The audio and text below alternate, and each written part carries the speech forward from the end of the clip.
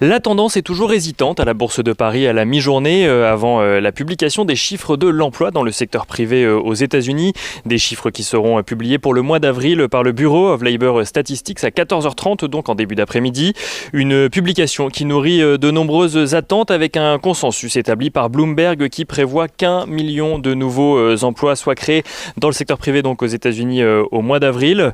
Dans cette attente, on constate à la mi-journée que les contrats futurs sur les indices américains sont d'ailleurs dans le vert, en ce qui concerne en tout cas les trois principaux indices de Wall Street, à la suite de clôtures dans le vert également hier, avec un Dow Jones et un S&P 500 qui sont allés chercher près de 1% de hausse, tandis que le Nasdaq Composite a de son côté réussi à inverser la tendance de ces derniers jours avec une progression beaucoup plus modérée.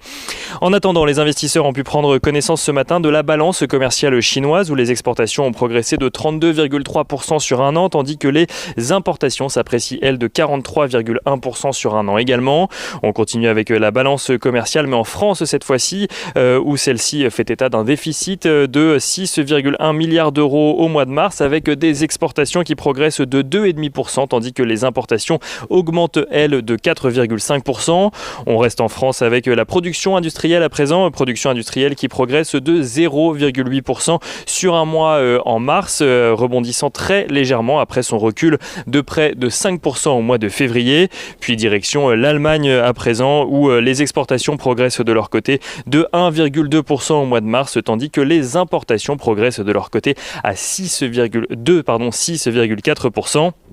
Le déficit commercial de l'Allemagne qui ressort à 14,3 milliards d'euros, son niveau le plus bas depuis près d'un an.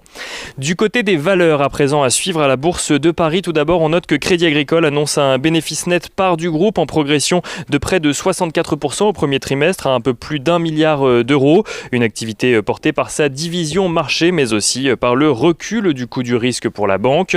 On continue avec les valeurs parisiennes. Casino qui fait état de son côté d'une réduction de sa perte nette au premier trimestre. Son EBITDA qui ressort à 204 millions d'euros contre 172 millions d'euros un an plus tôt. Le chiffre d'affaires du groupe de distribution recule de son côté de 13,8% sur un an au premier trimestre. En cause, selon le groupe, un premier trimestre 2020 porté par une demande exceptionnelle en lien avec le premier confinement. À Paris toujours, Klépierre annonce de son côté sans surprise des revenus en recul au premier trimestre en lien avec les restrictions sanitaires. Klépierre qui annonce avoir ajusté à la baisse son objectif de cash flow net courant pour l'ensemble de l'année, alors que les restrictions sanitaires justement sont plus importantes, ce qu'avait initialement anticipé la foncière.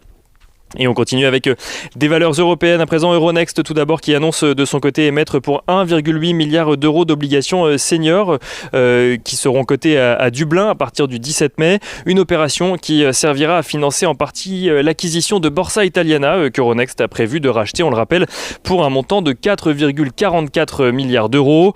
On continue avec l'équipementier allemand Adidas qui relève ses objectifs pour 2021 après avoir fait état de ventes meilleures que prévues au premier trimestre. Adidas qui vise une progression de 20% de ses ventes sur l'année avec notamment un bond de 50% de celle-ci dès le deuxième trimestre. Et on finit avec BMW qui annonce de son côté que contrairement à ses concurrents, le constructeur n'a pas connu de perturbation de sa chaîne de production face à la crise des semi-conducteurs. BMW qui fait état d'un bénéfice avant impôt de 370% au premier trimestre sur un an, même s'il a dû faire face à une hausse des coûts de matières premières. BMW qui, porté par ses premiers résultats, confirme ses objectifs pour 2021. Et on finit ce point de la mi-journée avec quelques indicateurs clés sur les marchés financiers. Le pétrole qui est toujours aux alentours des $68 le baril de Brent, donc à la mi-journée. L'euro-dollar qui est aux alentours des 1,2080 pour 1 euro, tandis que le rendement